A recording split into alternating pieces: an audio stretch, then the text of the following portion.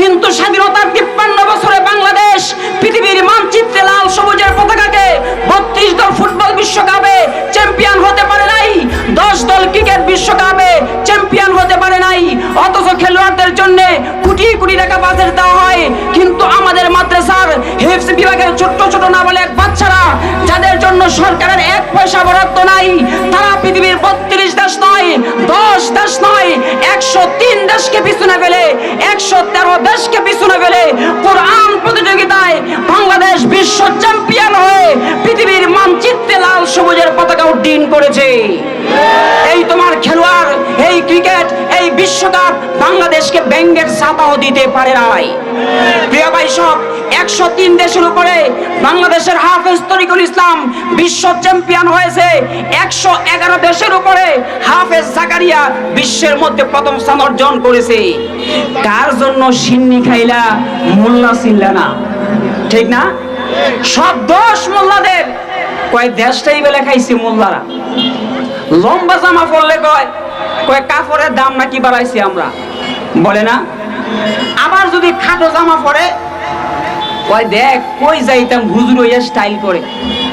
আবার যদি জোরে হাঁটে কয় দেখ মোল্লার মনে দাওয়াত আইছে কেমনে হাঁটে। আবার যদি আস্তে হাঁটে কয় দেখ কি খাওয়া খাইছে, হাঁটতেই পারে না। আচ্ছা কোন তো আমরা কি খাইছি? না সিগারেট খাই, না গাঁজা খাই, না ইয়াবা খাই, সর্বোচ্চ মুরগির রান খাই। কি খাই? ঠিক না? এবার আপনারা বলেন, এই যে আর্জেন্টিনা বিশ্বকাপ জিতলো, গত বছর যখন রাস্তা দিয়ে যাইতেছিলাম দেখলাম রাস্তা ব্লক। ভাই রাস্তা ব্লক কেন? কয় হুজুর আর্জেন্টিনা জিতছে, এই জন্য ছেলেরা রাস্তা ব্লক করে আনন্দ করতেছে, বাইক রাইডিং করতেছে। আপনারা বলেন, আর্জেন্টিনা বাংলাদেশের কারো শ্বশুর বাড়ি? কথা বলেন, শ্বশুর বাড়ি, মামার বাড়ি, বোনের জামাই বাড়ি? তাহলে আর্জেন্টিনা বিশ্বকাপ জিতলে আমার আপনার লাভ কি? এবার আপনারা বলেন, আপনার আমার পরিচয় কি? আপনি আমি মুসলমান, কি বলেন মুসলমান না? এবার বলেন মেসি কোন ধর্মের লোক? বলেন তো। নেইমার খ্রিস্টান, তুমি মুসলমানের সন্তান। কয় হুজুর আমি মেসির ভক্ত, আমি নেইমারের ভক্ত।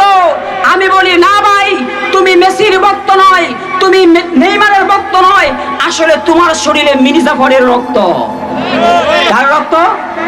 32 জন আর্জেন্টিনা বিশ্বকাপ জিতলে ইহুদি খ্রিস্টানদের বিজয়ে কোন মুসলমানের সন্তান আনন্দ করতে পারে না।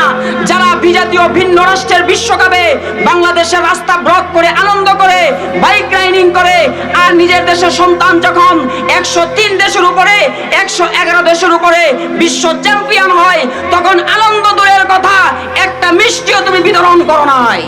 তুমি চূড়ান্ত মোনাফেক। এই আর্জেন্টিনা বিশ্বকাপ জেতার কারণে যদি তুমি জার্সি পড়তে পারো, তো কোরআন তো বিশ্ব চ্যাম্পিয়ন হয়েছে, তোমার গলার মধ্যে তো কোরআন জোরানোর কথা ছিল, ঠিক না? প্রিয় ভাই সব, আলহামদুলিল্লাহ আমাদের কাঙ্ক্ষিত মেহমান আমাদের সম্মুখে উপস্থিত হয়েছে, বলি আলহামদুলিল্লাহ।